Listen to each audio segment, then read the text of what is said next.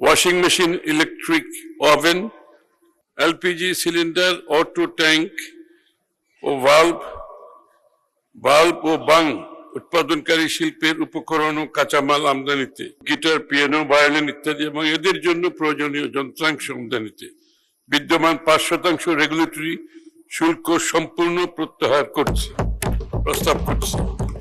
Machine আমদানির ক্ষেত্রে বিদ্যমান 10% আমদানি শুল্ক 5% এবং 7.5% আগাম কর 0% প্রস্তাব করার জন্য প্রস্তাব করছে। মাননীয় স্পিকার, ক্রিয়েটিভ ইন্ডাস্ট্রি।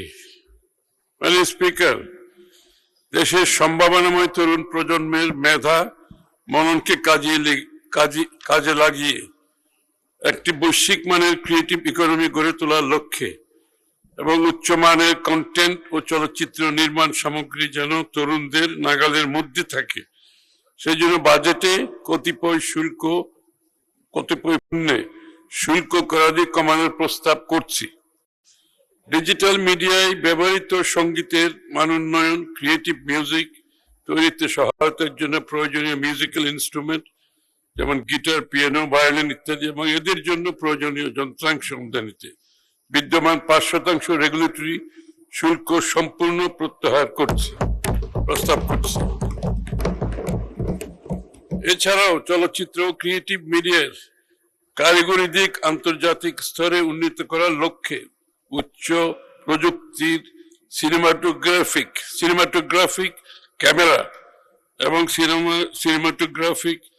ক্যামেরা এবং প্রজেক্টরের খুচরা যন্ত্রাংশ আমদানির ক্ষেত্রে বিদ্যমান আমদানি শুল্ক 15% হতে 5% প্রস্তাব করছে।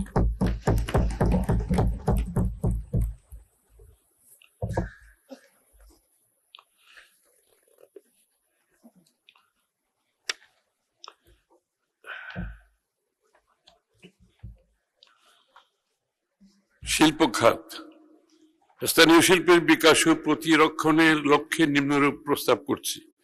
Washing machine, electric oven, microwave oven প্রস্তুতকারী শিল্পের অন্যতম প্রধান কাঁচামাল ফ্লোট গ্লাস আমদানির ক্ষেত্রে বিদ্যমান 45% সম্পূরক শুল্ক সম্পূর্ণ প্রত্যাহার করার প্রস্তাব করছি।